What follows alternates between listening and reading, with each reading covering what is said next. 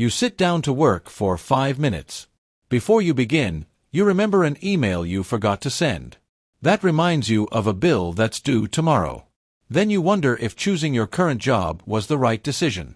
A few seconds later you're imagining conversations that haven't happened, worrying about problems that don't exist yet, replaying mistakes from years ago, and somehow you've completely forgotten what you originally sat down to do. It feels like your mind has a mind of its own. Most people call this overthinking. Some blame stress. Others blame anxiety. But beneath all those explanations lies a much older system, one that has been quietly protecting humans for hundreds of thousands of years. To understand why your thoughts refuse to stay still, imagine holding a flashlight in the middle of a dark forest. Wherever the light points becomes your entire world. You can only see one small patch of reality at a time. Your attention works the same way.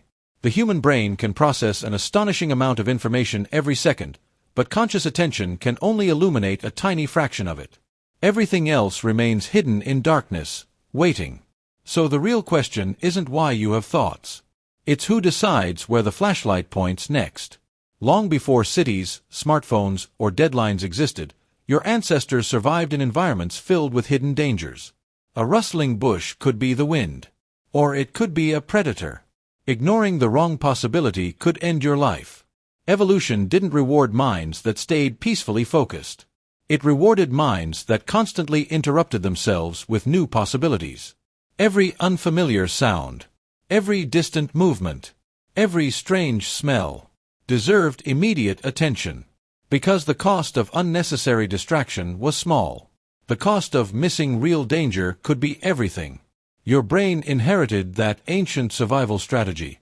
It constantly asks one invisible question. What am I missing? Notice how often random thoughts begin with tiny words like what if, maybe, remember, or don't forget. Those aren't accidents. They're invitations. Each one offers your attention a different direction to explore. And your brain finds those invitations incredibly difficult to ignore. Neuroscientists have discovered that even when you're resting quietly, your brain isn't actually idle. A collection of connected regions becomes highly active, constructing memories, imagining futures, predicting social situations, and simulating countless possibilities. This network is known as the default mode network. Ironically, it's most active when you're trying to do nothing at all. Your brain isn't wasting energy. It's running simulations. Like a chess player imagining moves before touching a piece, your mind constantly rehearses futures that may never happen. This ability helped humans become extraordinary planners. We could prepare for winter before winter arrived. Imagine tools before building them. Predict conflicts before they happened. Civilization itself depends on this remarkable power. But every powerful system comes with a cost. A machine designed to generate possibilities doesn't know when enough possibilities have been generated. It keeps searching, even after the useful answers have already appeared. Imagine opening hundreds of browser tabs on your computer. Each tab represents one unfinished question. Did I say the wrong thing? Should I have invested earlier? What if tomorrow goes badly? What if I fail? None of them are solved. None of them close. Your brain keeps switching between them, believing the next tab might finally contain certainty.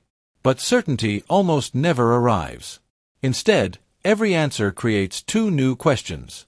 Psychologists call this cognitive looping. Your ancestors rarely had the luxury to finish every uncertainty. So evolution favored continuing the search instead of concluding it. The search itself felt safer than stopping. That's why overthinking often feels strangely productive. It creates the comforting illusion that more thinking will eventually produce perfect certainty. Yet most important decisions in life never offer perfect information. Waiting for certainty is like waiting for the ocean to stop producing waves before learning to swim. The waves are the environment, not the obstacle. Ancient Buddhist teachers noticed this problem thousands of years before neuroscience could measure brain activity. They described the human mind as behaving like a monkey. Not because monkeys are unintelligent, but because they leap endlessly from branch to branch, rarely staying still for long. One moment your thoughts cling to yesterday. The next they're swinging toward tomorrow. Then they grab an imagined conversation. Then an embarrassing memory. then a future fear. Nothing forces the monkey to jump. Jumping is simply its nature. Modern neuroscience describes electrical networks. Ancient philosophy described monkeys. Remarkably, both were observing the same invisible pattern. But here's something many people misunderstand. The goal was never to kill the monkey, nor to silence every thought. A silent brain would actually be dangerous. The very system that creates overthinking also creates creativity, planning, imagination, problem-solving, and innovation. The challenge isn't having a wandering mind. The challenge is choosing when to follow it. Imagine tying a small boat to a sturdy anchor. The waves continue. The wind continues. The current continues. None of those disappear. But the boat no longer drifts endlessly across the ocean. Your attention needs the same kind of anchor. Not to stop thoughts.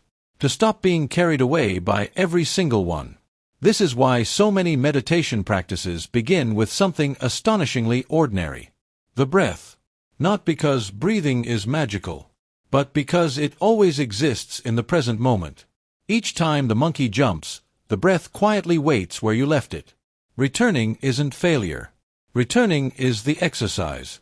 Every return strengthens the ability to decide where your flashlight points.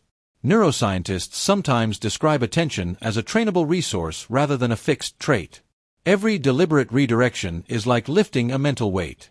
Tiny repetitions gradually strengthen the brain's ability to resist automatic distraction. The monkey never disappears. You simply become better at holding the rope. And something surprising begins to happen. The thoughts themselves don't necessarily become fewer. They become quieter. Not because they're speaking more softly, but because you've stopped handing each one the microphone. Eventually you notice something extraordinary. Thoughts are events, not commands. A worry can appear without becoming a catastrophe. A memory can surface without trapping you in the past. A possibility can exist without demanding immediate action. The monkey still jumps. The flashlight still moves. But now there's someone gently holding the handle. The next time you catch yourself replaying an old conversation, imagining impossible futures, or spiraling through endless what-ifs, you may still call it overthinking. But you'll also recognize something deeper. You aren't watching a broken mind. You're watching one of evolution's greatest inventions doing exactly what it was built to do. The real skill was never stopping the monkey from jumping. It was learning how to become the anchor.